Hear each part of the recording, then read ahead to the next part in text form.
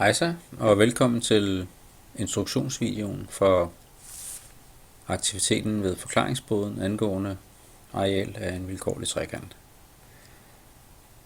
Har du nogensinde undret dig over, hvordan kan den her formel lige pludselig, hvordan er den fremkommet? Så det kan du få svar her på forklaringsboden. Og her der har vi så lavet en vilkårlig trekant. Og man kan jo, hvis man har lyst, kan man jo trække lidt i den, så der kommer nogle andre tal frem. De her tal skal vi bruge til at regne arealet ud og regne højden ud. Så vi tager udgangspunkt i arealet er lige med halv gang højde gange grundlinje. Og så ideen i det her, det er jo så at identificere, at der er en retvinklet trekant A, B, D, og så regne højden ud ved hjælp af de kendte formler for beregning af retvinklede trekanter.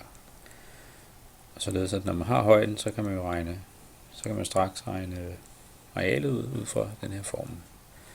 Og så efterfølgende kan man så sammenligne med, hvad er det for et tal, jeg får, når jeg regner den her areal ud ved hjælp af den her formel. Og så kan man så eventuelt prøve sig frem med forskellige et par eksempler, og så se, hvordan det ser ud. Og hvis man ikke kan vente helt til næste gang med, at i timen, når vi skal lave den her øvelse, så kan man jo for eksempel læse på side 113 og 114 i bogen, den grønne bog, hvor der står et bevis for sinusrelationen, hvor man også bruger den samme teknik her med at regne højde ud. Så, men ellers ses vi jo næste gang i forklaringsboden. Hej hej.